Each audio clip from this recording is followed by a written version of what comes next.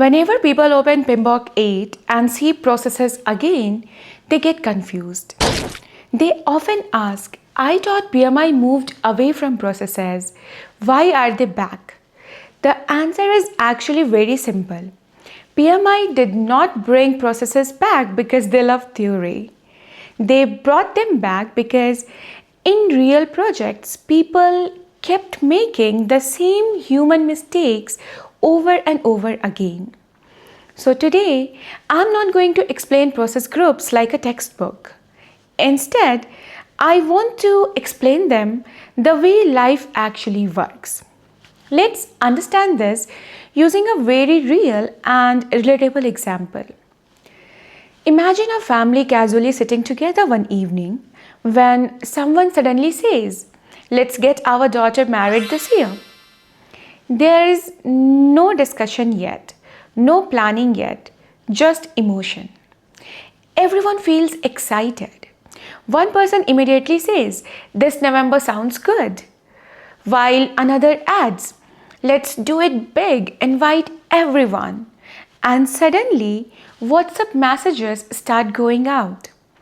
Relatives are informed, and someone even starts checking venues online. But here is the problem. Nobody has checked now how many leaves people can take, how much money is actually available, who will make the final call, or who all really need to be involved. It feels like things are moving, but in reality, confusion has already started. This is exactly how many projects start in real life. After a few days, reality begins. One family member says, "I thought this would be a small wedding." Another says, "I already booked my leave for December, not November." Someone else asks, "Wait, who is paying for this?" Tension begins to build.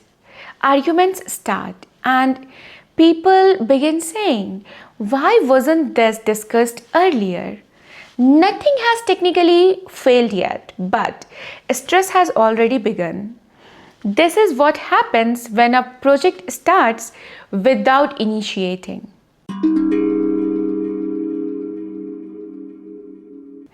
Now, imagine the same situation handled differently. The idea comes up, "Let's get our daughter married this year." But instead of rushing, the family pauses. They sit together and talk, not about decoration, not about food, but about the basics. They ask themselves, is this the right year? Roughly, how big can we afford? Who will make the final call?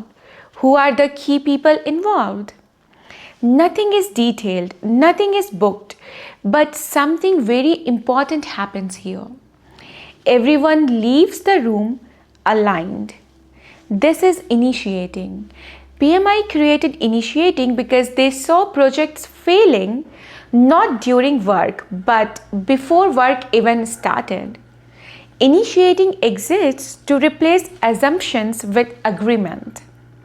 Once this clarity exists, something changes naturally. People stop arguing about whether the wedding should happen and start discussing how it should happen. And that's when planning begins. Some family says, "We will figure things out as we go," booking a venue without actually finalizing the guest list. They are now deciding dates without checking everyone's availability. And they are also skipping the detailed budget discussions. So initially everything looks fine to them. But slowly expenses keep increasing. Vendors ask last-minute questions. Dates clash and stress builds up week by week. People start asking, "Why is everything so rushed?" or "Why is everything so expensive?" This is exactly what happens when planning is skipped or rushed.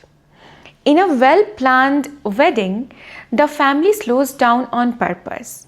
They talk about money early, argue about guest list early, and think about risk early because Arguing early is always cheaper than panicking later. This is why PMI made planning the biggest process group.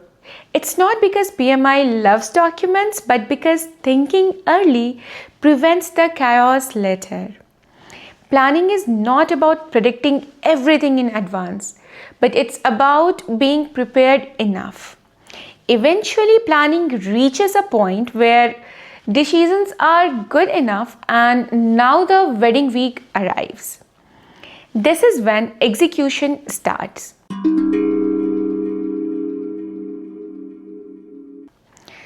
In poorly managed weddings, this week feels like a survival mode.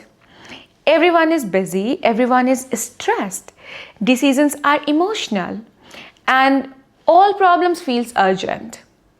Work is happening, but control is missing.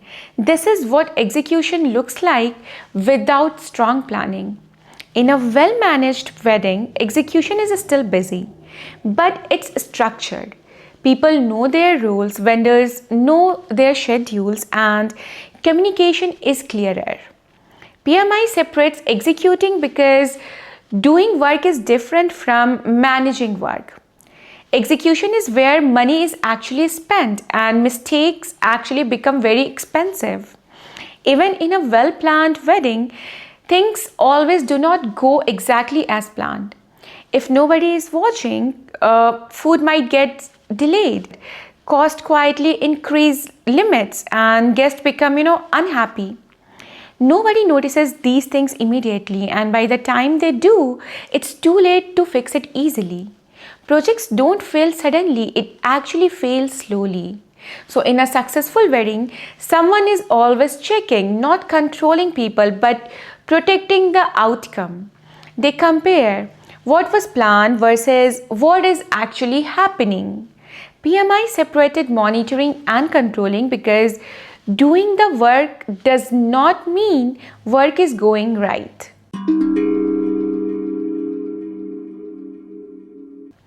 Finally, the wedding function is over. The guests have gone home. The photos are clicked and everyone is tired but happy. Most people think, that's it, ho gaya. It's finished, but this is where PMI wants you to pause. In real life, just because the event is over does not mean everything is truly complete. After the wedding, questions still remain. Were all the vendors fully paid? Did everyone deliver what they actually promised? Did the family actually get what they agreed on? And most important, what went well and what should never be repeated again? PMBOK 8 emphasizes that work can finish in phases, increments, or events, but acceptance, confirmation, and learning must be intentional. Closing is not just paperwork at the end, it is a moment of confirmation. Confirmation that value was actually delivered. Stakeholders truly accept the outcome. Nothing important is left open and learning is captured before memories fade. PMBOK 8 reminds us of something very important. A project is not successful just because it is finished. A project is successful only when the value is accepted. So closing is not about just stopping the work. It is about consciously letting go with clarity, acceptance, and learning. Now pause for a moment and notice something important. This whole story did not move in straight phases. We did not finish initiating and then forget about it. We did not plan once and then never plan again. We did not execute without checking what was happening. Planning came back whenever decisions were made or needed. Monitoring happened from the moment work started. And execution kept going, but it was never alone. PMI did not divide work by time, like first this, then we will do this. They divided by how the project manager is thinking at that moment. Sometimes you are deciding whether to do something, sometimes how to do something, or sometimes you are actually doing the work. Sometimes you are checking if things are going right or not, and finally you are confirming that everything is truly complete. These 5 process groups are not steps.